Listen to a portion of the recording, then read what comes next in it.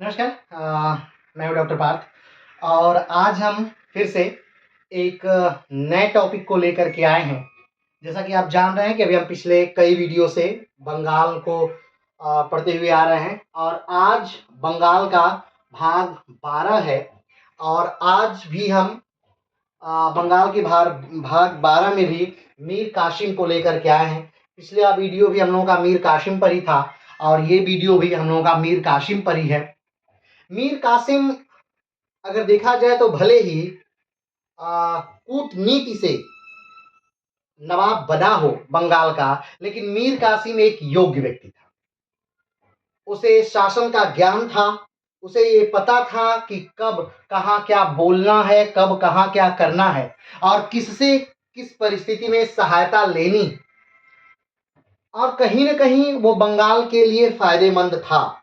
लेकिन उस समय तक अंग्रेजों की इस हिसाब से पैठ बन चुकी थी और दिल्ली का जो बादशाह था वो कमजोर हो चुका था और मीर कासिम स्वयं अपने आप में कमजोर हो चुका था। वो खुद बंगाल के बाद नवाबी पद से हटाया जा चुका था। मीर कासिम के जगह मीर जाफर को बंगाल का नवाब बना दिया गया था। तो ये सारी परिस्थितियां उस समय चल रही थी। तो आज हम मीर कासिम को पढ़ेंगे, लेकिन आज भी हम बक्सर के युद्ध को नहीं देख पाएंगे क्योंकि मीर कासिम को थोड़ा सा लंबा है मीर कासिम। तो बक्सर का जो युद्ध है वो अगले वीडियो में हम बक्सर के युद्ध को पढ़ेंगे। तो चलिए हम मीर कासिम को शुरू करें उससे पहले हम मीर कासिम को अपने पीछे के वीडियो से लिंक कर लेते हैं। तो जैसा कि आप जानते हैं कि बंगाल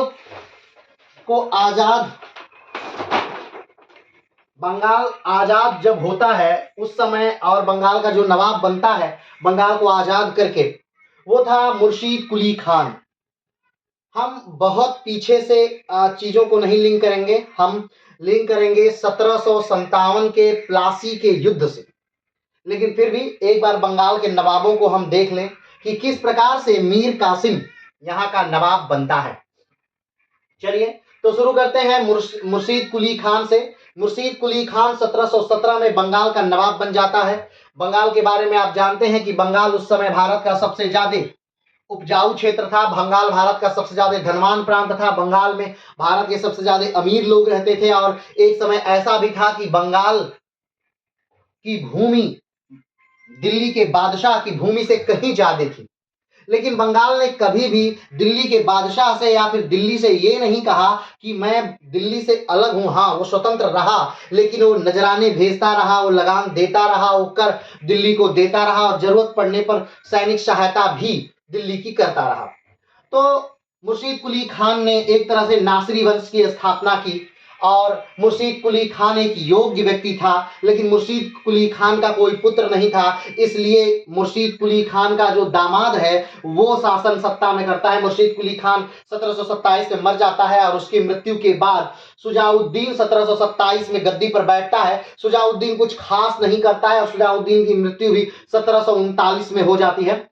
शुजाउद्दीन की मृत्यु के बाद शुजाउद्दीन का जो पुत्र है सरफराज खान, वो गद्दी पर बैठता है, लेकिन उसको शासन सत्ता का उतना ज्ञान नहीं है और जो उसका सलाहकार है वो अलीवर्दी खान का भाई है और अलीवर्दी खान और उसके सलाहकार ने मिल करके सरफराज खान को गद्दी से हटा दिया और सरफराज खान को एक युद्ध में मार दिया।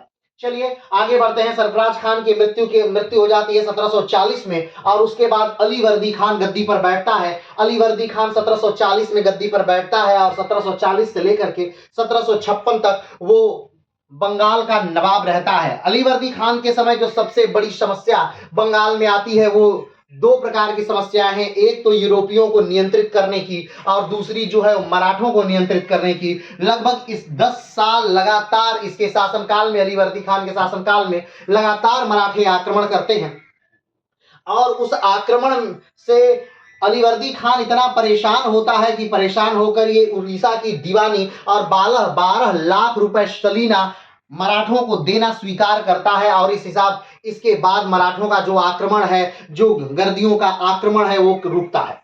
चलिए, अलीवर्दी खान की भी मृत्यु हो जाती है 1756 में, और अलीवर्दी खान का भी अपना कोई पुत्र नहीं होता है। अलीवर्दी खान की 3 पुत्रियां हैं और 3 पुत्रियों का विवाह अलीवर्दी खान अलग अलग जगह के गवर्नरों से कर देता है। लेकिन अलीवर्दी खान के जीवित रहते ही अलीवर्दी खान की जो पुत्रियां हैं वो विधवा हो जाती हैं, यानी कि उनके दामादों की मृत्यु हो जाती है। ठीक, अब अलीवर्दी खान को अपना उत्तराधिकारी चुनना है, तो अलीवर्दी खान अपनी ही एक पुत्री का जो पुत्र है जिसका नाम सिराजुद्दौला है उसको गद्दी पर बैठा देता है। लेकिन बाकी पुत्रियों को ये अच्छा नहीं लगता कि एक पुत्री के पुत्र को नवाबी दिया जाए और बाकियों को कुछ न मिले, तो बाकी लोग नाराज होते हैं। और ये इसके नाराजगी के साथ साथ अंग्रेज भी कहीं न कहीं बंगाल में हस्तक्षेप करना चाहते हैं, बंगाल की राजनीति में प्रवेश करना चाहते हैं। तो जब सिराजुद्दौला गद्दी पर बैठता है 1756 में, तो इसके बहुत सारे प्रतिद्वंदी हैं, कुछ आंतरिक प्रतिद्वंदी हैं, कुछ बाह्य प्रतिद्वंदी हैं। धीरे धीरे सिराजुद्दौला जो है वो आंतरिक प्रतिद्वंदियों से निपटता है और आंतरिक विद्रोह शांत करता है, लेकिन बाह्य विद्रोह भी अभी काफी ज्यादा है। अभी सिराजुद्दौला जब अपने आंतरिक विद्रोह में से निपट ही रहा है कि अंग्रेजों ने मौका देख करके कलकत्ता पर अधिकार कर लिया। जब अंग्रेजों ने कलकत्ता पर अधिकार कर लिया, सिराजुद्दौला इसका प्रत्युत्तर देने के लिए कलकत्ता पर आक्रमण करता है और 1756 में ही कलकत्ता पर आक्रमण करके कलकत्ता को सिराजुद्दौला जीत लेता है। कलकत्ता का नाम बदल दिया जाता है। कमेंट बॉक्स में बताइएगा कि कलकत्ता का नाम बदल करके क्या रखा जाता है। ठीक, कलकत्ता को जीत लिया जाता है। कलकत्ता की फोर्ट विलियम की दीवारों को गिरा करके उसी में बीच में ही जो सिराजुद्दौला है वो अपना दरबार लगाता है और उसी रात यानी 1756 में ही ब्लैक होल की घटना होती है, यानी कि 46 लोगों को एक छोटे से कमरे में बंद कर दिया जाता है और कहा जाता है कि मात्र 23 लोग 146 लोगों में से मात्र 23 लोग जिंदा बचे, बाकी सारे लोग जो हैं वो मर जाते हैं। और ये जो विवरण है ये हॉलवेल ने अपनी पुस्तक में दिया है। कमेंट बॉक्स में हॉलवेल की पुस्तक का भी नाम बताइएगा। आगे बढ़ते हैं। सिराजुद्दौला के साथ अब ब्लैक होल की घटना हुई, इसके बाद अंग्रेजों को एक मौका मिलता है। अंग्रेज उस समय दक्षिण के लड़ाइयों में कर्नाटिक वार में उलझे हुए हैं, इसलिए अंग्रेज उत्तर की तरफ ध्यान नहीं दे पा रहे हैं। लेकिन फिर भी अंग्रेजों की 2 टुकड़ियां उत्तर की तरफ आक्रमण करने के लिए भेजी जाती हैं, एक क्लाइव के नेतृत्व में और एक वॉटसन के नेतृत्व में, यानी एक जल मार्ग से और एक स्थल मार्ग से क्लाइव आता है। और क्लाइव जो है, रॉबर्ट क्लाइव, वो बहुत ही रणनीति रूप से चतुर आदमी है। वो सबसे पहले आकर के जो सिराजुद्दौला है उसके जो अपने लोग हैं उन्हीं को अपने में मिलाता है। सबसे पहले तो मीर जाफर जो सिराजुद्दौला के सेनापति हैं उनको अपने में मिलाता है, कृष्ण वल्लभ, राज वल्लभ और भी बहुत सारे जो लोग हैं उनको आपस में उनके अपने में मिलाता है और फिर एक तरह से विद्रोह का बिगुल बजा देते हैं। कौन? तो अंग्रेज विद्रोह का बिगुल बजा देते हैं, वो संधियों का उल्लंघन करते हैं और कहीं ना कहीं सिराजुद्दौला को अंग्रेजों से लड़ने के लिए बाध्य होना पड़ता है। दोनों सेनाएं आमने सामने खड़ी हो गई, यानी कि सिराजुद्दौला की सेना एक तरफ और दूसरी तरफ अंग्रेजों की सेना दूसरी तरफ खड़ी हो गई। अंग्रेजों को पता था कि हमने सिराजुद्दौला के लगभग सारे बड़े अधिकारियों को एक में मिला लिया है, इसलिए अंग्रेज निश्चिंत थे, क्योंकि युद्ध मैदान में कुछ हुआ ही नहीं, मात्र 2 सेनापति लड़े और ज्यों ही उनकी मृत्यु होती है उस समय सिराजुद्दौला को लग जाता है कि हम युद्ध हार जाएंगे।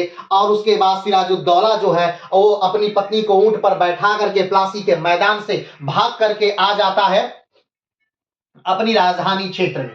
ठीक, यानी मुर्शिदाबाद में आ जाता है। चलिए, मुर्शिदाबाद में कौन आ गया? सिराजुद्दौला। मुर्शिदाबाद में मीर जाफर का जो पुत्र है, जो मीरन है, वो मुर्शिदाबाद में वो भी आ जाता है और मीरन सिराजुद्दौला की हत्या कर देता है। ठीक, अब जो अंग्रेज हैं उन्होंने वादा किया था किससे? मीर जाफर से, कि अगर सिराजुद्दौला को जब हम हरा लेंगे, सिराजुद्दौला को अगर हम मार देंगे तो हम तुम्हें बंगाल का नवाब बनाएंगे और तुमको अपने वादे के मुताबिक जो अंग्रेज हैं वो मीर जाफर को बंगाल का नवाब बना देते हैं। समय है 1757। 1757 में बंगाल का नवाब मीर जाफर बन जाता है। लेकिन धीरे धीरे मीर जाफर को भी ये लगने लगा, क्योंकि ज्यों ही मीर जाफर को अब तक ये लगता था कि अगर अंग्रेज जीत जाते हैं, मैं अंग्रेजों की सहायता करता हूं, अंग्रेज जीत जाते हैं तो अधिकतम वो व्यापार की अनुमति लेंगे, अधिकतम थोड़ा धन लेंगे, सैनिकों के लिए थोड़ा धन लेंगे और उसके बाद मैं फिर से स्वतंत्र हूं, मैं स्वतंत्रता पूर्वक यहाँ राज्य कर पाऊंगा। लेकिन ये मीर जाफर को गलत लगता था, क्योंकि अंग्रेज मात्र एक कठपुतली शासक चाहते थे और इसके अलावा कुछ नहीं।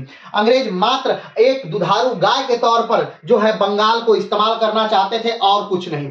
और हुआ भी वैसा ही। मीर जाफर जो ही नवाब बना, अंग्रेजों सबसे पहले तो क्लाइव को पर्सनल बहुत सारा इनाम दिया गया, उसके बाद कंपनी को 2.2 करोड़ रुपए दिए गए, सैनिकों को बहुत सारा धन दिया गया और बहुत सारे लोगों को बहुत सारा धन दिया गया। और इसके बाद भी बार बार कंपनी के अधिकारी मीर जाफर के दरबार में आ जाते और कुछ न कुछ डिमांड करने लगते, मांगे करने लगते। मीर जाफर को अब लगने लगा कि ये जो अंग्रेज हैं इनको बाहर निकालना पड़ेगा, नहीं तो नवाबी चल नहीं पाएगी। और अब मीर जाफर अंग्रेजों को बाहर निकालने के लिए लगातार युद्ध करने लगा। किससे युद्ध करने लगा? तो अंग्रेजों से। अब भले वो युद्ध तलवारों से नहीं हो रहा था, लेकिन वो युद्ध विचारों से हो रहा था। धीरे धीरे मीर जाफर को लगा कि अगर हम डचों को अपनी तरफ मिला ले तो ये अंग्रेजों को शायद भगाया जा सकता है बंगाल से। और मीर जाफर ने डचों को अपनी तरफ क्या कर लिया? मिला लिया। और जब अंग्रेजों को ये पता चला कि डच पूरी तरह से मीर जाफर के पक्ष में है, तो फिर से एक युद्ध होता है 1760 में डचों से और अंग्रेजों से एक युद्ध होता है, जिस युद्ध में अंग्रेज जो है वो जीत गए। कमेंट बॉक्स में बताइएगा कि अंग्रेजों ने डचों को किस युद्ध में हराया था, युद्ध का क्या नाम क्या था। इस युद्ध के बाद डच जो है वो हमेशा के लिए भारत छोड़कर चले जाते हैं और दक्षिण पूर्व एशिया के देशों में वो कपड़े का व्यापार करने लगते हैं। अब तक जो था भारत में मसालों के व्यापार पर ज्यादातर जो नियंत्रण था वो कहीं ना कहीं डचों का था। चलिए आगे बढ़ते हैं। मीर जाफर ने अब वो कार्य कर दिया जो अंग्रेजों को कहीं न कहीं खुशगवार नहीं गुजर रहा था। अब अंग्रेजों को तो ऐसा लग रहा था कि हमने जिस उद्देश्य से मीर जाफर को नवाब बनाया था वो उद्देश्य पूरा नहीं हो पा रहा है। हम अच्छे ढंग से बंगाल को लूट नहीं पा रहे हैं, ये मीर जाफर हमारा साथ नहीं दे रहा है। वैसे अंग्रेजों को यह भी लग रहा था कि जो कार्य था वो कार्य तो पूरा हो गया है, तो क्यों ना मीर जाफर को ही हटा दिया जाए। ठीक, मीर जाफर का जो पुत्र है मीरन, इसी समय घटना घटती है। घटना ये घटती है कि मीर जाफर का जो पुत्र है मीरन, उसकी मृत्यु हो जाती है। अब मीर जाफर का जो दामाद है मीर कासिम, उसमें और मीरन के पुत्र में गृह युद्ध छिड़ जाता है और अंग्रेज जो है वो मीर कासिम का साथ देते हैं। और फाइनली मीर जाफर को क्या कर दिया जाता है? सत्ता से हटा दिया जाता है और सत्ता से हटा करके मीर कासिम को गद्दी दे दी जाती है। ध्यान रखिएगा, सिराजुद्दौला ने शासन किया था 1756 से 1757। मीर जाफर शासन करता है 1757 से 1760 और उसके बाद मीर जाफर को गद्दी से हटा करके मीर कासिम को गद्दी दे दी जाती है 1760 में। 1760 में अब मीर कासिम गद्दी पर क्या किया? बैठ गया। और ध्यान रखिएगा 1760 से 1763 तक ही मीर कासिम गद्दी पर रहेगा।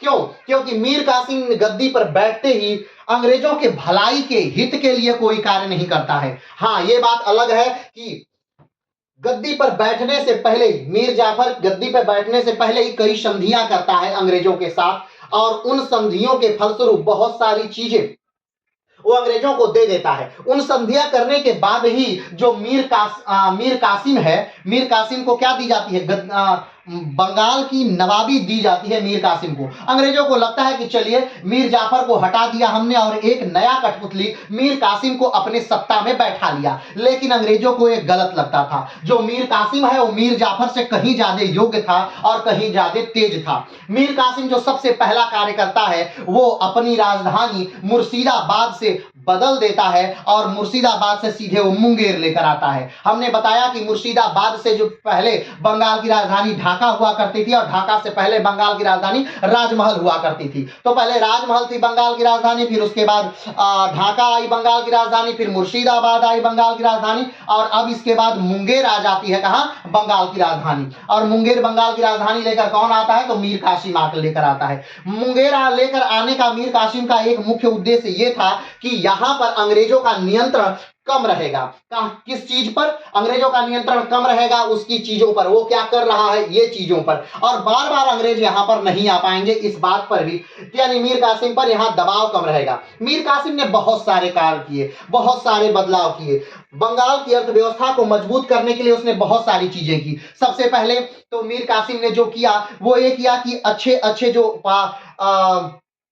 आधुनिक हथियार हैं उसको अपनी सेना में रखा, अपने सैनिकों को आधुनिक प्रशिक्षण दिलवाया, अपने सैनिकों को आधुनिक प्रशिक्षण यूरोपियन पद्धति पर दिलवाया और बहुत सारी तोपें खरीदी, बहुत सारी बंदूकें खरीदी और भी बहुत सारे कार्य मीर कासिम क्या करता है। जैसे में एक जो उच्च पदाधिकारी है, जो फ्रांस का पदाधिकारी है, वहां के लोग को अपने ट्रेनर के तौर पर अपने सेना में रखता है ताकि वो ट्रेनिंग दे सके।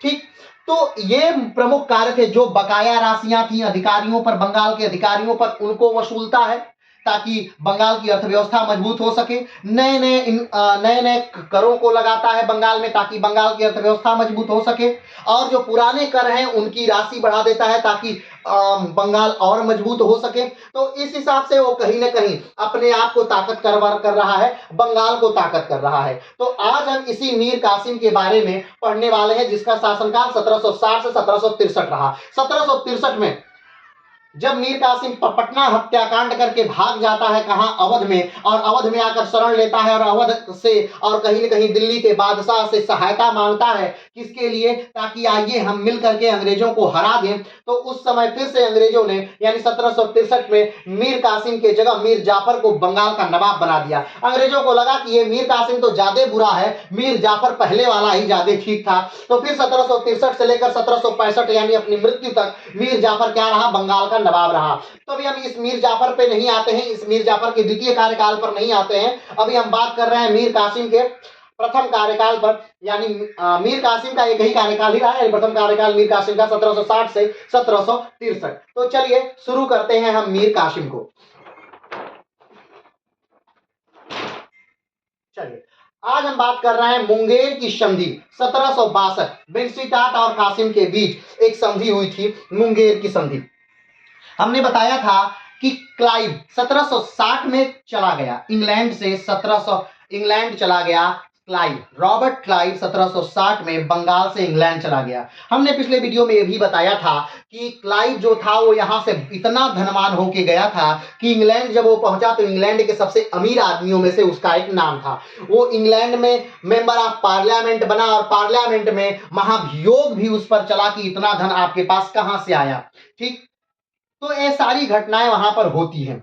लेकिन अब यहां भारत की स्थिति अलग है। जब क्लाइव यहां से गया है उस समय जो गवर्नर का पद है वो खाली है। तो कुछ समय के लिए कार्यवाहक गवर्नर के तौर पर हॉलवेल को गवर्नर बना दिया जाता है। ध्यान रखिए ये हॉलवेल वही है जो ब्लैक होल की घटना का प्रत्यक्ष साक्ष्य था और जिसने अपनी किताब लिखी है जिसमें उसने ब्लैक होल की घटना के बारे में बताया है। ये हॉलवेल वही है। तो हॉलवेल उस समय तक गवर्नर के पद पर आ पहुंचा है।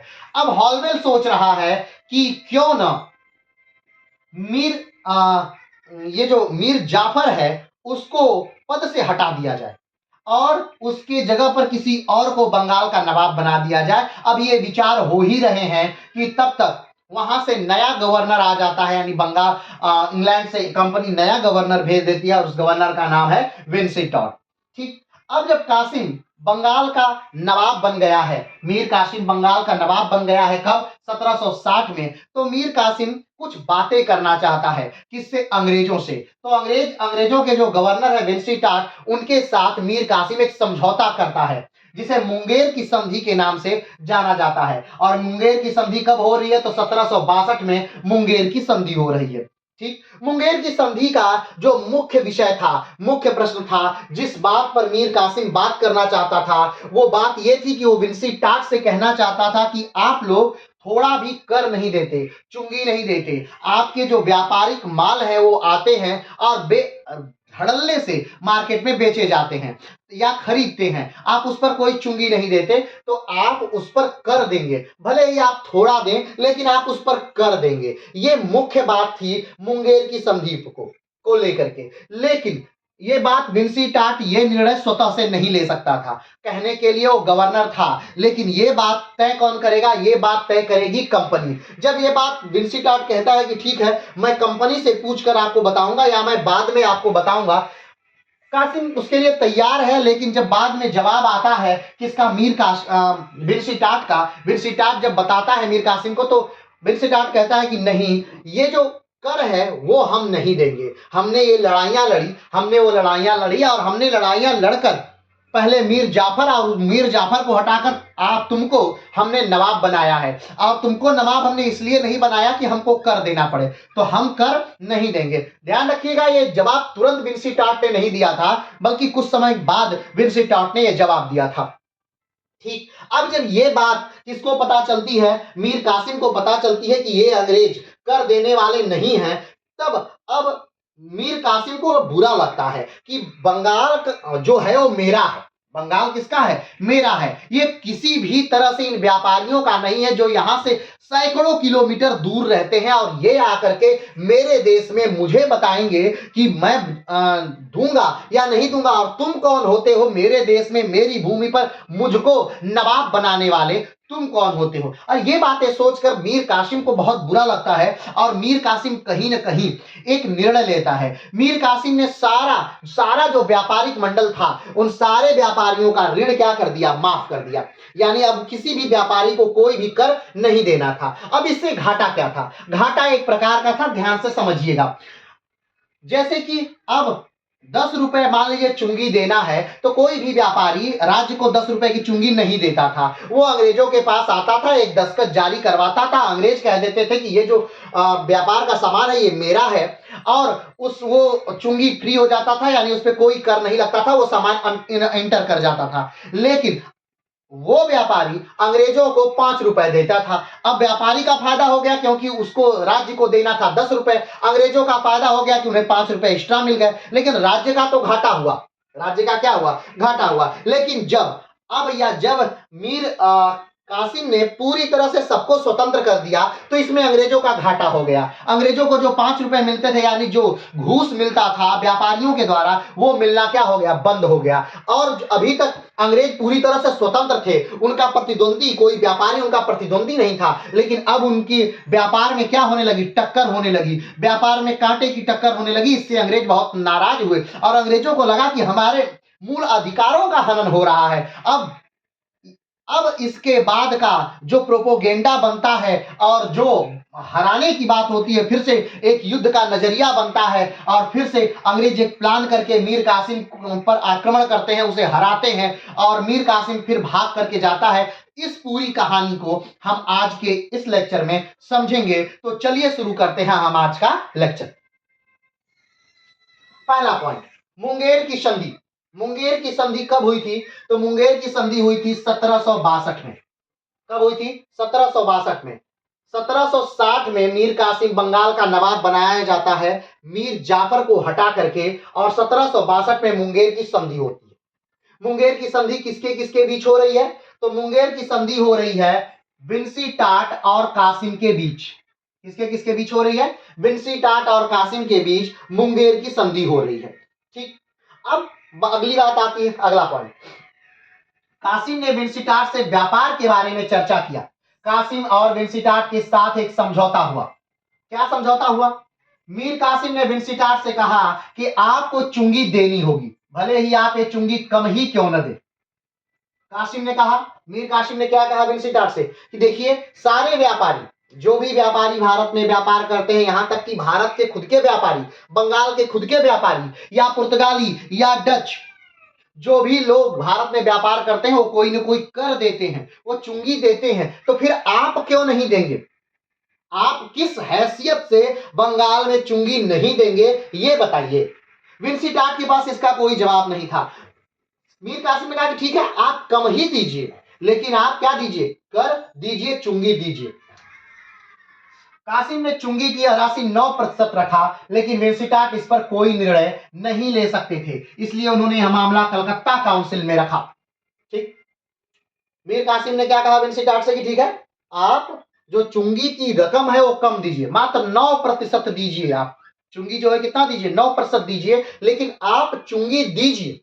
लेकिन विंसीटाट, अब हमने पहले ही कहा कि विंसीटाट भले ही गवर्नर थे, लेकिन विंसीटाट कोई भी निर्णय खुद से नहीं ले सकते थे, इसलिए विंसीटाट ने यह निर्णय किस पर छोड़ दिया?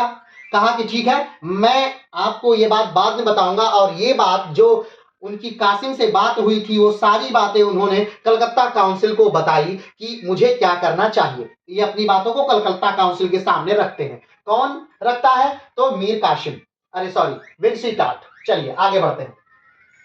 कलकत्ता काउंसिल ने इस समझौते की शर्त को नामंजूर कर दिया। मुंगेर की संधि में निम्न बातें तय की गई थी।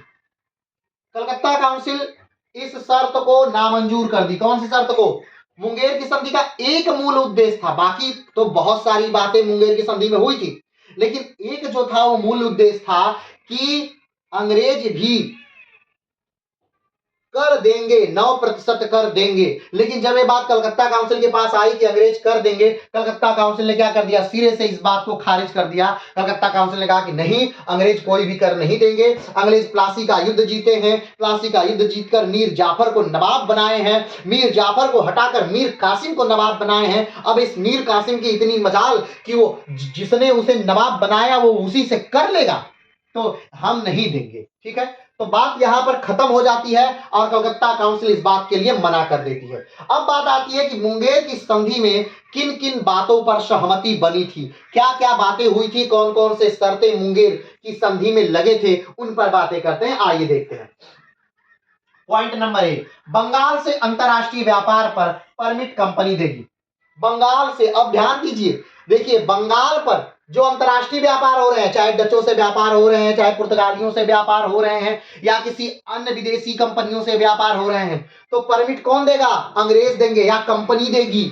यानी देश हमारा, लोग हमारे, भूमि हमारी, यहाँ के संसाधन हमारे, मेहनत हम करेंगे, और व्यापार की अनुमति कौन देगी? कंपनी। न उनका देश, न उसकी सामग्री, न उसका व्यापार, उसका कुछ नहीं यहां पर, लेकिन अनुमति कौन देगी? कंपनी देगी। ठीक है, तो पहली बात जो तय हुई थी बंगाल में, ठीक है, वो क्या हुई थी कि बंगाल से अंतरराष्ट्रीय व्यापार पर परमिट कंपनी देगी। दूसरा पॉइंट क्या तय हुआ था? सिलहट से चूने के व्यापार कर कंपनी का एकाधिकार होगा। सिलहट से जो चूने का व्यापार होता है, ठीक है, वो अब किसी और को नहीं बेचा जाएगा, यानी पुर्तगालियों को नहीं बेचा जाएगा, डचों को नहीं बेचा जाएगा, स्पेनिशों को नहीं बेचा जाएगा, किसी को नहीं बेचा जाएगा, मात्र उस पर अंग्रेजों का एकाधिकार होगा जो सिलहट से चूने का व्यापार होता है। ठीक, चलिए आगे बढ़ते हैं। सोरा के व्यापार पर कंपनी का एकाधिकार होगा। ठीक, यानी कि चूने के व्यापार पर भी कंपनी का एकाधिकार होगा और सोरा के व्यापार पर भी कंपनी का क्या होगा? एकाधिकार होगा। ये भी इस संधि में, यानी मुंगेर की संधि 1762 में ये भी बात तय हुई थी। पहला बात, अंतरराष्ट्रीय व्यापार जो होगा उसका नियंत्रण, उस पर एकाधिकार किसका होगा? कंपनी का। आदेश कंपनी देगी कि कौन अंतरराष्ट्रीय व्यापार करेगा और किसको, किससे व्यापार होगा, किससे नहीं होगा, पहला। दूसरा कि सिलहट के चूने के व्यापार पर कंपनी का नियंत्रण होगा, मात्र एकाधिकार कंपनी का होगा। तीसरा, अंग्रेजी कंपनी का। तीसरा, सोरा के व्यापार पर भी एकाधिकार सिर्फ अंग्रेजी कंपनी का होगा। चौथा, कासिम कंपनी के मित्र और शत्रु को अपना मित्र और शत्रु मानेंगे। कौन कासिम? मीर कासिम जो हैं, जो लोग ब्रिटिश ईस्ट इंडिया कंपनी को अपना मित्र मानते हैं, मीर कासिम उसे अपना मित्र कहेंगे, और जो व्यक्ति ब्रिटिश ईस्ट इंडिया कंपनी को अपना शत्रु कहते हैं, मीर कासिम उनको अपना शत्रु कहेंगे। ये बात भी तय हुई। अगली बात क्या हुई? दक्षिण विजय के लिए मीर कासिम कंपनी को 5 लाख रुपए देंगे। दक्षिण विजय यानी नीचे भी कंपनी को बहुत विजय करनी है, कर्नाटिक वार में बहुत सारा धन लग रहा है, या वैसे तो 1760 में जो नीचे के दक्षिण का युद्ध था वो समाप्त ही हो गया था एक तरह से, फ्रांसीसियों की बहुत बुरी तरह से हार हो चुकी थी।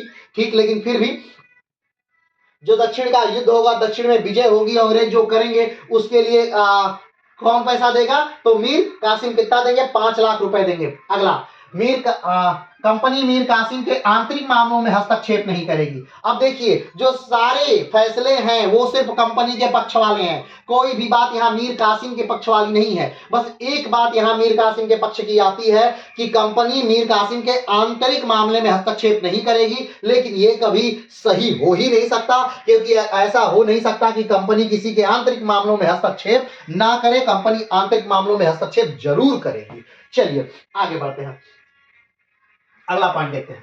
जब कलकत्ता काउंसिल ने यह समझौता अस्वीकार कर दिया तो इससे मीर कासिम बहुत नाराज हुआ।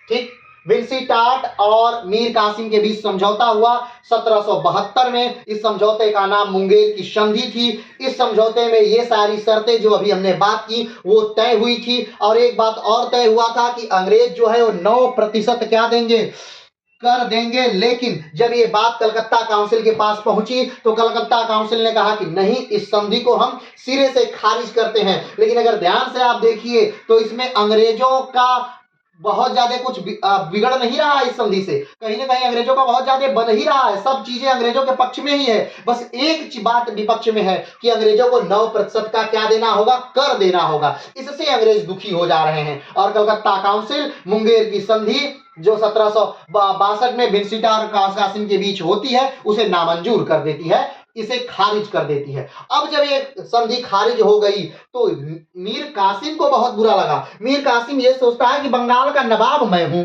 यहाँ का सर्वे सर्वा मैं हूं, लेकिन ये अंग्रेज की क्या मजाल की ये कह रहे हैं कि उनको ये संधि मंजूर नहीं। ये कौन होते हैं संधि नामंजूर करने वाले? ठीक, अब इससे दुखी होकर के जो कासिम है वो बहुत सारी योजनाएं सोचता है कि ऐसा क्या योजना किया जा सकता है जिससे मैं अंग्रेजों से लड़ूं भी ना, लेकिन अंग्रेज क्या हो जाए, प्रभावित हो जाए, दुखी हो जाए और कहीं ना कहीं उन्हें घाटा हो। ठीक, चलिए आगे बढ़ते हैं। मार्च 1763 में मीर कासिम ने एक निर्णय लिया। उसने सारे व्यापारियों के लिए लिए जाने वाले चुंगी कर बंद कर दिया, यानी किसी से कोई चुंगी नहीं ली जाएगी 1763 में। ठीक, 1763 में ही जब मीर कासिम को ये पता चल गया कि कलकत्ता काउंसिल ने मुंगेर की संधि को पूरी तरह से रद्द कर दिया है, खत्म कर दिया है, तो 1763 में ही 1762 में संधि होती है मुंगेर की और 1763 में मीर कासिम ने एक निर्णय ले लिया। मीर कासिम ने देखा कि कलकत्ता काउंसिल ने इस संधि को, मुंगेर की संधि को पूरी तरह से खारिज कर दिया, यानी कंपनी मुंगेर की संधि को नहीं मानेगी। तो मीर कासिम ने एक निर्णय लिया। उसने कहा कि ठीक है, बहुत अच्छा है, कोई बात नहीं, लेकिन अब मैं फ्री करता हूं कि जितने भी व्यापारी हैं उनको कर देने की जरूरत नहीं है। अब इससे अंग्रेजों को कई तरफ से धक्का पहुंचा। पहला तो उनके व्यापार में अब कंपटीशन होगा। दूसरा, जो उनका फायदा होता था वो दूसरे के सामान को, जो अपना सामान कह करके उसे चुंगी फ्री कराते थे, तो वो आदमी भी कंपनी को घूस देता था, तो घूस बंद हो गया। एक तरफ से घूस बंद हो गया, दूसरे तरफ से उनके व्यापार में कंपटीशन हो गया, तो ये अंग्रेजों को बुरा लगा। और तीसरे, अंग्रेजों को ये भी लगा कि हमने जिसको बनाया है वो हम पर ही कानून चला रहा है, हम पर ही अपनी झाड़ रहा है। ये बात अंग्रेजों को और बुरी लग रही थी। अब इससे अंग्रेज क्या हो रहे हैं, प्रभावित हो रहे हैं और दुखी हो रहे हैं, और कहीं ना कहीं वो मीर कासिम को भी उसके पद से हटाना चाह रहे हैं, जैसे इससे पहले मीर जाफर को उन्होंने हटाया था और उससे पहले सिराजुद्दौला को उन्होंने गद्दी से हटाया था। चलिए आगे बढ़ते हैं। जब मीर कासिम ने सबको जीरो चुंगी कर दिया तो अंग्रेज बहुत गुस्से में आ गए। अंग्रेजों ने अपने एक एजेंट एलिस को पटना पर कब्जा करने को कहा। ठीक, जब कासिम ने क्या किया, सारे लोगों को कह दिया कि ठीक है, कोई भी व्यापारी कर नहीं देगा, सबको अब जीरो कर देना है। अब इस बात से अंग्रेज क्या हो गए, नाराज हो गए, और अंग्रेजों ने एक उनका एजेंट जो वही था उसको कहा कि ठीक है, एलिस, उसका नाम क्या था, एलिस था। एलिस से कहा कि एलिस, आप पटना पर क्या कर लीजिए, कब्जा कर लीजिए, पटना पर क्या कर लीजिए, कब्जा कर लीजिए। ठीक, चलिए आगे बढ़ते हैं। एलिस ने पटना पर कब्जा कर लिया। जब यह खबर कासिम को मिली तो अंग्रेजों ने पटना पर जब यह खबर कासिम को मिली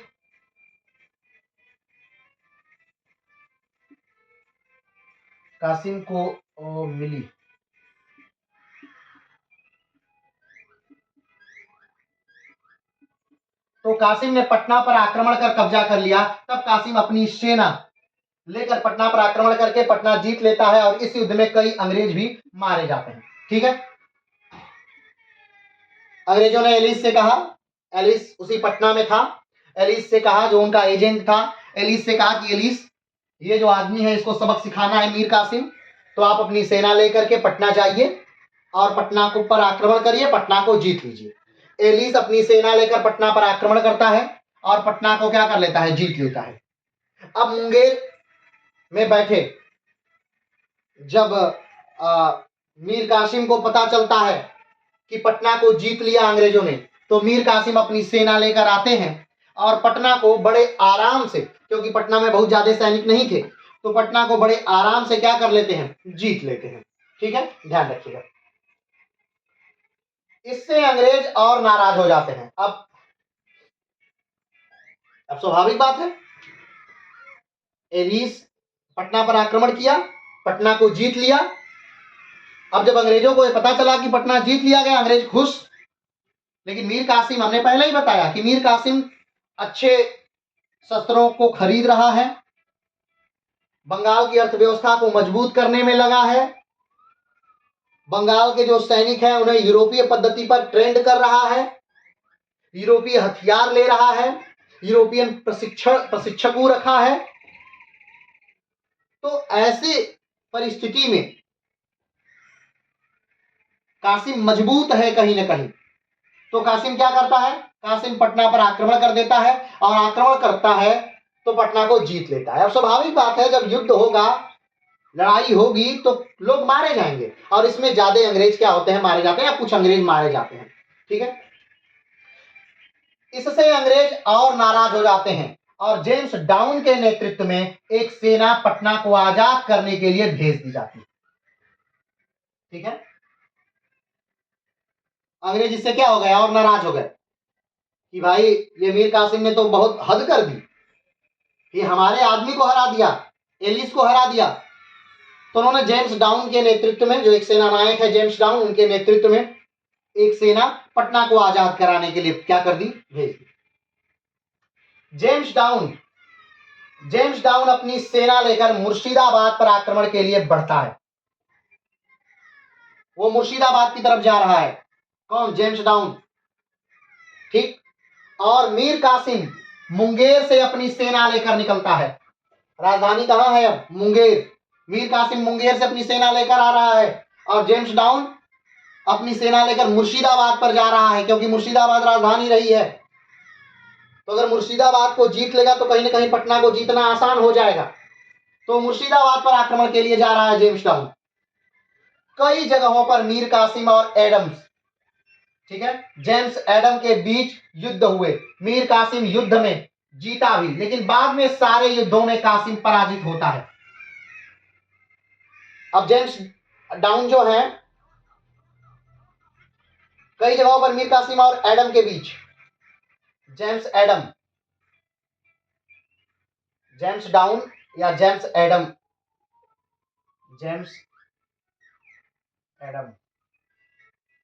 या डाउन भी लिख सकते हैं। ठीक है, एडम या डाउन दोनों बात एक ही है। ठीक है, फिर से ध्यान दीजिए, क्या हुआ कि पटना जीत लिया गया है मीर कासिम द्वारा।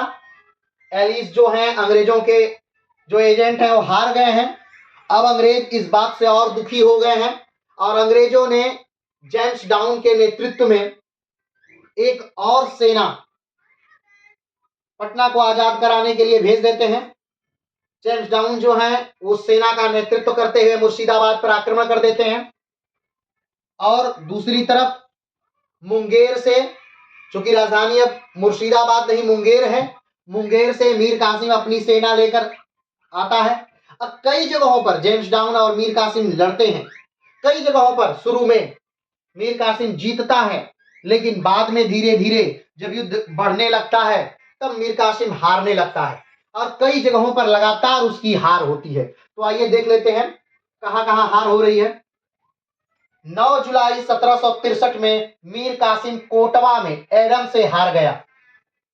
ठीक, कहां पर युद्ध हो रहा है, युद्ध कब हो रहा है, तो 9 जुलाई 1763 में मीर कासिम और जेम्स एडम या जेम्स डाउन के दोनों से कोटवा में युद्ध हो रहा है। अब कोटवा क्या है, कोटवा जो है मुर्शिदाबाद, हमने कहा कि वो मुर्शिदाबाद जा रहा था जेम्स डाउन, तो कोटवा जो है वो मुर्शिदाबाद का प्रवेश द्वार है। ठीक, कोटवा का युद्ध जीतने का मतलब कि अंग्रेजों का प्रवेश जो होगा वो मुर्शिदाबाद में हो जाएगा।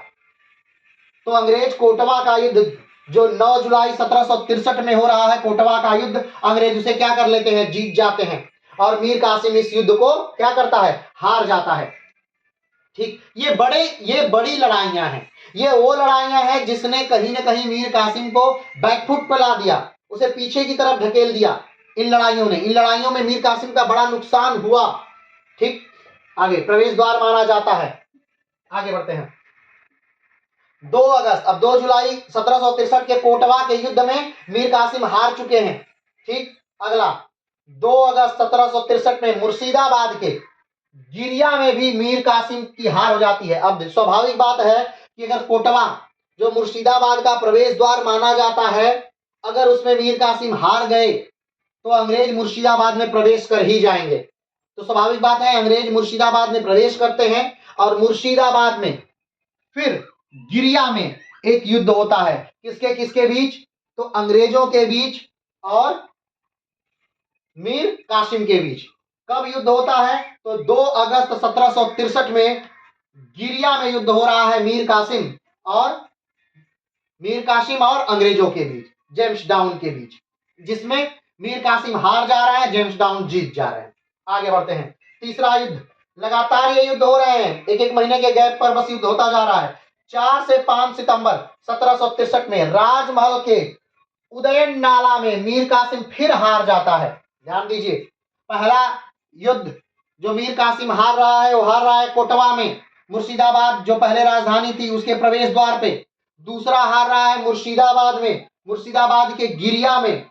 दूसरा, पहला 9 जुलाई 1763 को हार रहा है, दूसरा 2 अगस्त 1763 को हार रहा है, और तीसरा हारता है राजमहल के उदय नाला में 4 से 5 सितंबर 1763 में हार जाता है। ये 3 लड़ाइयां मीर कासिम लगातार हारता है। हार के बाद मीर कासिम मुंगेर होते हुए पटना की ओर भाग जाता है। हार के बाद क्या करता है मीर कासिम? मुंगेर होते हुए पटना की तरफ क्या किया? भागा, क्योंकि अब लड़ाइयां बड़ी लड़ाइयां थी और बड़ी लड़ाइयों में मीर कासिम हारता है। एक बार कमेंट बॉक्स में बताइएगा कि अगर आपको ये लड़ाइयां, चाहे कोटवा की लड़ाई हो, चाहे गिरिया की लड़ाई हो, या राजमहल की लड़ाइयां हो, तीनों लड़ाइयां हो, ये क्या अलग से एक वीडियो बनाकर चाहिए या अलग अलग वीडियो में लड़ाइयां चाहिए? क्योंकि ये लड़ाइयां विस्तृत है, ऐसा नहीं छोटी लड़ाइयां हैं, लेकिन हाँ इन लड़ाइयों से प्रश्न नहीं आते हैं, बस इनका सन पूछ लिया जाता है, डेट पूछ लिया जाता है, तो दोनों मैंने दे दिया है। अगर आपको इस लड़ाइयों पर और ज्यादा जानकारी चाहिए कि कितनी सेना थी, कैसे युद्ध हुआ, कैसे हारा, वो सारा डिटेल चाहिए, तो मैं आपको एक अलग वीडियो में दे दूंगा, लेकिन अभी उसकी जरूरत नहीं है। अगर चाहिएगा तो आप कमेंट बॉक्स में बताइएगा। चलिए आगे बढ़ते हैं। 1763 में राजमहल के उदयननाला मीर कासिम फिर हार जाता है। ये 3 लड़ाइयां मीर कासिम लगातार हारता है। आगे बढ़ते हैं। हार के बाद मीर कासिम मुंगेर होते हुए पटना की ओर भाग जाता है। मीर कासिम कहां भाग गया? पटना की बात, मुंगेर होते हुए पटना की ओर भागा। ऐसा नहीं कि अकेले भागा, अपनी एक बड़ी सेना के साथ, एक बड़े लाव लश्कर धन के साथ मीर कासिम जा रहा है। आगे बढ़ते हैं। पटना में 148 अंग्रेज अधिकारी सहित एलिस गिरफ्तार हैं। एलिस कौन? वही एलिस हैं जो अंग्रेजों के एजेंट हैं, जो आक्रमण किए थे पटना पर शुरुआत में, वही एलिस हैं। वो कहां गिरफ्तार हैं? वो पटना में गिरफ्तार हैं। और अंग्रेजों से जो हारा है कौन? मीर कासिम। तो अंग्रेजों के प्रति बहुत सारा गुस्सा भरा है कहीं ना कहीं मीर कासिम में। तो जब वो पटना जाता है तो देखता है कितने अंग्रेज यहाँ बंदी हैं, तो उन अंग्रेजों को वहीं पर पटना में ही जो मीर कासिम है वो मरवा देता है। वो जो बंदी अंग्रेज हैं उनको क्या कर देता है? मरवा देता है, क्योंकि मीर कासिम जानता है कि अगर इन्हें ये खुले रहेंगे तो फिर से अंग्रेज इन्हें मांगेंगे, मुझे अंग्रेजों को देना पड़ेगा, इसलिए इन अंग्रेजों को क्या कर दो? मार दो। क्योंकि अंग्रेजों के प्रति उनके मन में बहुत गुस्सा है, मीर कासिम के मन में अंग्रेजों को लेकर बहुत गुस्सा है।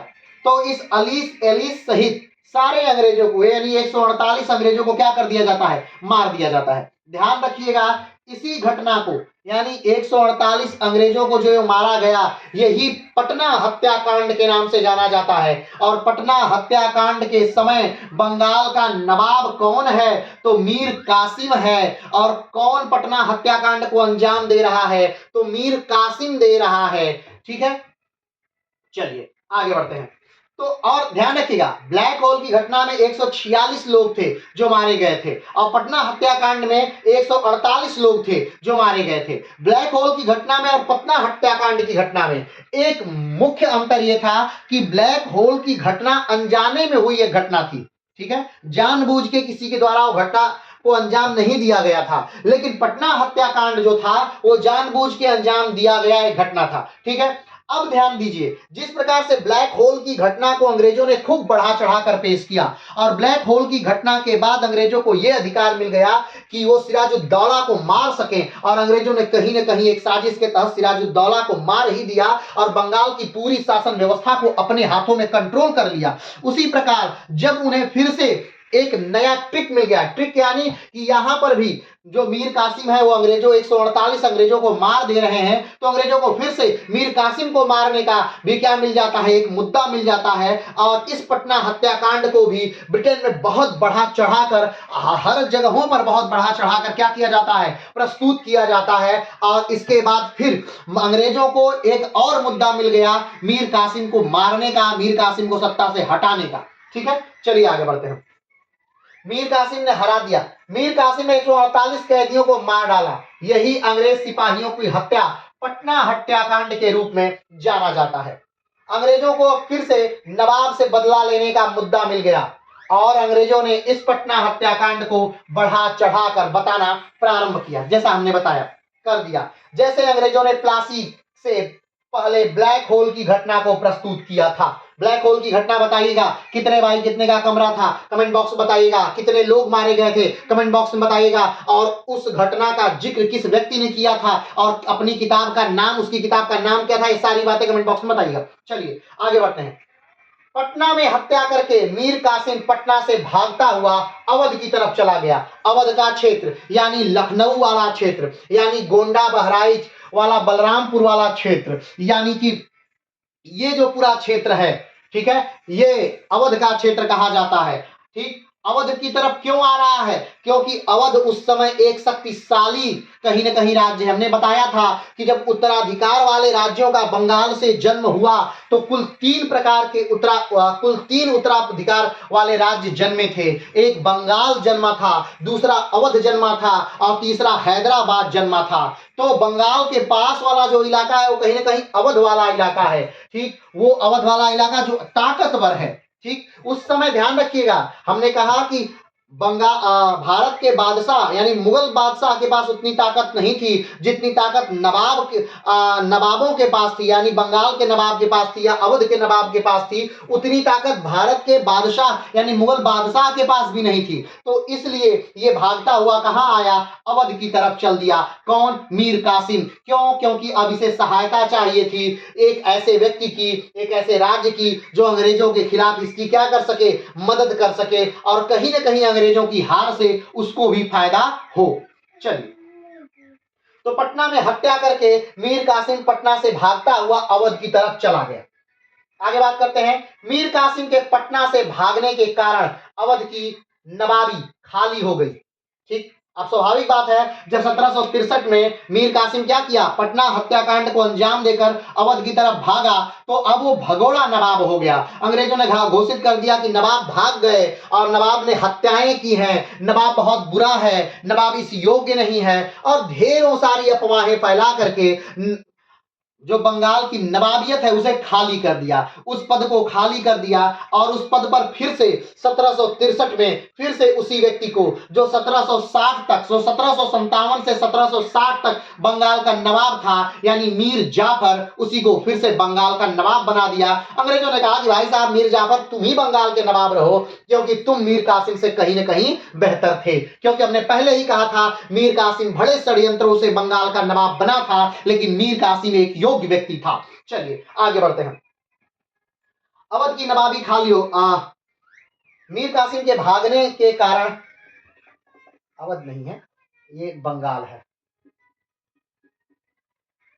बंगाल की नवाबी खाली हो गई, लेकिन अंग्रेज स्वयं नवाबी नहीं संभालते हैं बल्कि मीर जाफर को पुनः बना देते हैं। अब ध्यान दीजिएगा, अब यहां पर एक बात और आ जा रही है कि भाई साहब ये अंग्रेज दूसरों को नवाब क्यों बना दे रहे हैं। बंगाल के नवाब तो ये अवध, ये चाहे अगर बंगाल का की नवाबियत जब अंग्रेज जीते हैं, प्लासी का युद्ध अंग्रेज जीते, तो मीर जाफर को बंगाल का नवाब बनाने की क्या जरूरत है। अब चलिए मीर जाफर को जब दोबारा हटा दिए, अब चलिए हो सकता है कि भाई मीर जाफर से उन्होंने संधि की और मीर जाफर से कहा था कि भाई हम तुम्हें क्या बनाएंगे, बंगाल का नवाब बनाएंगे, तो इसलिए बंगाल का नवाब बना दिया हो। लेकिन चलिए मान लीजिए फिर 1760 में जब मीर जाफर को उनके पद से हटाया, तब फिर मीर कासिम को फिर बंगाल का नवाब क्यों बनाया? अंग्रेज खुद बंगाल का नवाब क्यों नहीं बनना चाहते थे? क्योंकि ध्यान रखिएगा, अगर कोई व्यक्ति किसी पद पर अगर बैठता है तो उसको उस पद की कुछ गरिमाएं होती हैं, उस पद पर बैठने के बाद कुछ कार्य होते हैं, उसे करना पड़ता है।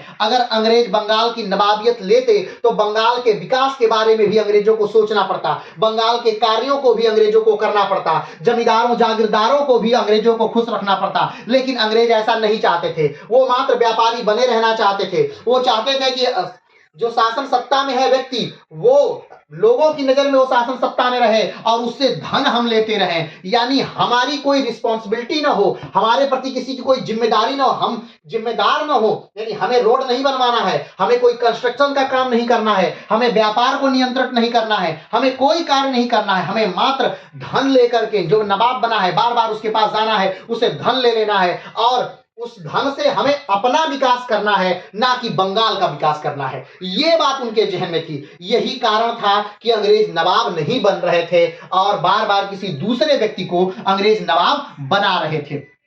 ये मूल कारण था। और अंग्रेजों ने फिर वही किया। जब मीर कासिम जो अवध की तरफ भाग गया, अवध से सहायता लेने के लिए भाग गया 1763 में, तो जो बंगाल है उसकी नवाबियत खाली हो गई, जो सिंहासन है वो खाली हो गया, तो फिर से मीर जाफर को बंगाल का नवाब बना दिया गया। ध्यान रखिएगा, अवध की तरफ मीर कासिम गया है ताकि वो अवध के नवाब को मिला सके, वो दिल्ली के बादशाह को मिला सके, और इन दोनों को मिला करके, यानी अब 3 लोग हैं क्या करने के लिए, युद्ध करने के लिए अंग्रेजों से। एक मीर कासिम, एक अवध के नवाब और तीसरे दिल्ली के बादशाह। और ये तीनों लोग मिलकर के अंग्रेजों से युद्ध करेंगे और उस युद्ध को कहेंगे 1764 के बक्सर का युद्ध कहेंगे। और उस युद्ध में अंग्रेज बुरी तरह इन तीनों को हराएंगे और उसके बाद भारतीय शासन सत्ता पर पूरी तरह से अंग्रेजों की क्या हो जाएगी, पकड़ हो जाएगी। और उसके बाद ये अंग्रेज फिर कभी भारत से हटने वाले नहीं हैं। तो चलिए अभी आगे की लाइनों को देखते हैं, आगे बढ़ते हैं।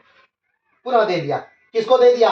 मीर कासिम जब 1763 में भाग गए अवध की तरफ, तो बंगाल की नवाबियत खाली हो गई और बंगाल की नवाबियत फिर से किसको दे दी गई? मीर जाफर को। कब? 1763 में। चलिए आगे बढ़ते हैं। मीर जाफर अब 1763 से 1765 तक पुनः गद्दी पर रहेगा। ध्यान रखिएगा, मीर जाफर फिर 1763 से 1765 तक पुनः गद्दी पर रहेंगे। अब आप सोच रहे हैं कि फिर 65 तक ही क्यों रहा, क्या फिर से इसे हटा दिया गया? तो नहीं, 1765 में मीर जाफर की क्या हो जाती है? मृत्यु हो जाती है। और मीर जाफर का जो पुत्र है उसके बाद उसको गद्दी पर बैठाया जाता है, लेकिन अब वो बंगाल के नवाब जैसा नवाब नहीं है, मात्र उसको पेंशन भोगी बना दिया जाता है। सारा जो कार्यभार है, सब कुछ जो गवर्न है वो अंग्रेज कर रहे हैं। और उसके बाद तो अंग्रेज पूरी तरह से बस एक कठपुतली शासक को बनाएंगे और उसके बाद उसको भी हटा करके पूरे गवर्न बंगाल को अंग्रेज स्वयं करेंगे। तो अभी इस बात पे फोकस करते हैं। आइए, 1765 तक पुनः गद्दी पर रहेगा। इसी समय 1764 में बक्सर का युद्ध होता है और उस समय बंगाल नवाब मीर जाफर है। ध्यान रखिएगा, 1764 का जो बक्सर का युद्ध है वो किसके नवाबी के समय में होगा? तो मीर जाफर उस समय बंगाल का नवाब है। क्यों? क्योंकि 1763 में मीर कासिम बंगाल से भाग गया है और ये भगौड़ा नवाब है, या इसे पूर्व नवाब कहा जा सकता है। ये वर्तमान नवाब मीर जाफर है, जिसको अंग्रेजों ने 1763 में फिर से गद्दी दे दी है। चलिए आगे बढ़ते हैं। मीर कासिम जो मीर जाफर का दामाद है, इस समय अवध के नवाब शुजाउद्दौला के पास गया है। ध्यान रखिएगा, उस समय अवध का नवाब कौन है? शुजाउद्दौला। शुजाउद्दौला नाम आपको याद होगा कि 1761 में जब पानीपत का तृतीय युद्ध हुआ था, तो यही शुजाउद्दौला उस समय किसके साथ था? तो उस समय अफगानों के साथ था, और अफगानों के साथ कंधे से कंधा मिला करके यही शुजाउद्दौला मराठों को हराया था। और अगर मराठे 1764 तक मजबूत रहे होते, अगर मराठे 1761 का पानीपत का तृतीय युद्ध न हारे होते, तो आज बक्सर का युद्ध नहीं होता। क्योंकि अगर मराठे मजबूत रहे होते तो अंग्रेजों की इतनी हिम्मत नहीं होती कि ये क्या कर सकें, ये तीनों सेनाओं को संयुक्त रूप से हरा सकें। क्यों? क्योंकि मुगलिया सल्तनत का जो बादशाह था उसका ख्याल रखने का जिम्मा किसने लिया था? तो मराठों ने स्वयं लिया था। लेकिन 1761 के पानीपत के तृतीय युद्ध में सदाशिवराव भाऊ के नेतृत्व में जो युद्ध हुआ था, उसमें सदाशिवराव भाऊ स्वयं मरे थे, विश्वासराव स्वयं मरे थे, बाजीराव का जो पुत्र है वो भी जो मस्तानी का पुत्र है वो भी मरा था। यानी एक तरह से पूरा सब कुछ मराठों का लुट गया था। और 1761 में ही बालाजी बाजीराव की भी मृत्यु हो जाती है और उत्तराधिकारी कोई नहीं है। माधवराव अभी अल्पवयस्क हैं। रघुनाथ राव के नेतृत्व में माधवराव को क्या बना दिया गया है, पद दे दिया गया है। लेकिन रघुनाथ राव कहीं ना कहीं माधवराव को हटा करके स्वयं पेशवा बनना चाहते हैं। तो ये आंतरिक कलह शुरू कर दिया गया मराठों में। मराठे कमजोर हो गए। हैदर अली अपने राज्य का विस्तार करने लगे और इधर अंग्रेज मराठों के कमजोर होने से मजबूत हो गए, क्योंकि भारत पे मात्र एक ही सत्ता थी जो अंग्रेजों को मुंहतोड़ जवाब दे सकती थी और वो थी मराठों की। लेकिन 1761 के पानीपत के तृतीय युद्ध के बाद मराठे कमजोर हो गए। अलग बात है कि माधवराव के नेतृत्व में फिर कुछ सालों के लिए मराठे फिर से अपने विस्तारित हुए। लेकिन फिर से माधवराव के मरने के बाद जब उनका भाई नारायण राव गद्दी पर बैठा तो रघुनाथ राव ने नारायण राव की हत्या करवा दी और उसके बाद स्वयं गद्दी पर बैठ गए। और उसके बाद रघुनाथ राव भी गद्दी पर नहीं बैठे रहे, क्योंकि नाना फडणवीस ने रघुनाथ राव को भी क्या कर दिया, हटवा दिया। और उसके बाद मात्र 40 दिन के बच्चे पर को गद्दी पर बैठा करके शासन चलाया गया। तो अब मराठे कमजोर हैं। 1764 के बक्सर के युद्ध के समय मराठे एक तरह से क्या हैं, कमजोर हैं। पूरी तरह से कमजोर हम नहीं कह सकते, लेकिन अभी कमजोर हैं। अभी ध्यान रखिएगा उस समय वहां पेशवा कौन है 1764, याद करिएगा, कमेंट बॉक्स में बताइएगा। वैसे तो नाम मैंने बता ही दिया है, लेकिन फिर भी कमेंट बॉक्स में बताइएगा कि उस समय मराठों का पेशवा कौन है, जरूर से बताइएगा। चलिए आगे बढ़ते हैं। तो इस समय जो सुजाउद्दौला हैं वो क्या हैं, बंगाल के अवध के नवाब हैं। और ये सुजाउद्दौला 1761 में पानीपत के तृतीय युद्ध में मराठों के विरोध में लड़े थे, अहमद शाह अब्दाली के साथ कंधे से कंधा मिला करके। आगे बढ़ते हैं। अंतिम में नोट्स है, इस नोट्स को ध्यान से सुनिएगा, अच्छा है। यद्यपि मीर कासिम कुटिलता से बंगाल का नवाब बना, किंतु वह एक साहसी तथा स्वाभिमानी शासक था। कंपनी के अनुचित हस्तक्षेप तथा दबाव में उसके द्वारा शासन चलाना संभव नहीं था। अतः शीघ्र ही उसके और कंपनी के बीच मतभेद उत्पन्न हो गए तथा कंपनी ने कासिम को हटाकर पहले के नवाब जाफर को पुनः नवाब बना दिया। प्लासी के युद्ध ने अभी अंग्रेजों को बंगाल में उतनी स्वतंत्रता नहीं दी थी, क्योंकि बंगाल में अभी भी कोई ना कोई नवाब था। लेकिन बक्सर के युद्ध ने अंग्रेजों की गोद में बंगाल को पूरी तरह दे दिया। ठीक, तो कहने का मतलब यह है कि प्लासी का युद्ध हुआ था, लेकिन अंग्रेज प्लासी के युद्ध के बाद उतने स्वतंत्र नहीं थे, क्योंकि अभी भी बंगाल में कोई ना कोई नवाब रहता था। चाहे वो मीर जाफर ही रहे या मीर कासिम ही रहे, लेकिन बंगाल में नवाब रहेंगे। तो अंग्रेजों का पूरी तरह से बंगाल पे अधिपत्य भी नहीं हुआ था। लेकिन जो बक्सर का युद्ध होगा उसने अंग्रेजों के झोली में बंगाल को तो दिया ही, बंगाल के साथ साथ अवध को दे दिया और अवध के साथ साथ दिल्ली को भी दे दिया। इसके बाद जो इलाहाबाद की संधि होगी 1764, बक्सर के युद्ध के बाद जो इलाहाबाद की संधि होगी एक साल बाद 1765 में, ध्यान दीजिएगा 1764 में बक्सर का युद्ध होता है। लेकिन 1764 में बक्सर के युद्ध के बाद कोई संधि नहीं होती है, क्योंकि अंग्रेजों को यह पता ही नहीं है अभी कि उन्हें क्या लेना है इनसे, अवध के नवाब से या दिल्ली के बादशाह से लेना क्या है। इसलिए फिर से क्लाइव को खत लिखा जाता है कि भाई साहब आइए, क्योंकि क्लाइव जो है वो नीति निपुण है, वो नीतिज्ञ है। तो इसलिए उसे फिर से खत लिखकर बुलाया जाता है कि ठीक है आप कुछ समय के लिए आइए, कंपनी की सहायता करिए, इनसे क्या लेना है ये तो बताइए, हम इतना बड़ा युद्ध जीत गए, आप बस बंगाल कर रहे थे, हम बंगाल के साथ साथ अवध और दिल्ली को भी जीत गए। तो तब क्लाइव आता है, और क्लाइव आता है 1765 में, और जब 1765 में क्लाइव आता है तब जाके इलाहाबाद की संधि होती है। और इलाहाबाद की दो संधियां होती हैं अलग अलग, एक तो नवाब से होती है, अवध के नवाब से, और एक दिल्ली के बादशाह से होती है। तो आज ये रहे मीर कासिम। जो अगला वीडियो आएगा वो होगा बक्सर का युद्ध, 1764 बक्सर का युद्ध। बक्सर का युद्ध हमने कई बार बताया है कि बक्सर का जो युद्ध है वो किस युद्ध से तुलना होती है, उसकी तुलना होती है बाबर के युद्ध से। बाबर के किस युद्ध से, बाबर के खानवा के युद्ध से। क्योंकि जिस प्रकार प्लासी का युद्ध है, प्लासी का युद्ध पानीपत का प्रथम युद्ध से तुलना होती है, क्योंकि पानीपत के युद्ध में भी बाबर पहली बार भारत में आता है, युद्ध करता है और किसी तरह अपना पैर जमा लेता है। उसी प्रकार प्लासी का युद्ध है, अंग्रेज भारत में पैर जमा लेते हैं, लेकिन खानवा के युद्ध में बाबर क्या करता है, पूरी तरह से भारत पर अब राज करेगा, ये बात साबित हो जाती है। क्योंकि खानवा के युद्ध में बाबर ने भारत के सबसे बड़े शासक को हरा दिया था। किसको? राणा सांगा को हरा दिया था। उसी प्रकार से जो बक्सर का युद्ध होता है, इसमें अंग्रेजों ने सबसे बड़े शासकों को, यानी 3 जो बड़ी शक्तियां हैं, यानी हम मानते हैं ये कि उस समय दिल्ली के राजा के पास कोई शक्ति नहीं थी, वो तो स्वयं अवध में आकर बैठा हुआ था। और बंगाल के ये नवाब मीर कासिम भाग करके वहां गए हैं, तो इनके पास कितनी ही शक्ति होगी। तो ध्यान रखिए, मीर कासिम स्वयं शक्ति शून्य है और दिल्ली के बादशाह स्वयं शक्ति शून्य है। जब जो पूरी शक्ति है, जो पूरी सेना है, वो मात्र किसकी है? अवध के नवाब की है। लेकिन फिर भी 3 नाम एक साथ आ रहे हैं। कौन कौन? मीर कासिम बंगाल का नवाब, ठीक, और दिल्ली के बादशाह यानी भारत के बादशाह, और तीसरा अवध के नवाब, यानी 3 संयुक्त शक्तियां तो हो गई ना, नाम के लिए ही हो, लेकिन तीनों संयुक्त शक्तियां हो गई। और तीनों संयुक्त शक्तियां मिली, क्योंकि शक्ति सिर्फ उस समय एक ही थी। और ये युद्ध बड़ा बेहतरीन था। इसमें जो अग्रणी सेना थी वो सन्यासियों की थी। कैसे हुआ, क्यों हुआ, कितनी सेनाएं थी, हार का क्या कारण था, इन सब के बारे में हम बात करेंगे। कब? अगले बक्सर के युद्ध में। तब तक के लिए नमस्कार, धन्यवाद, जय हिंद।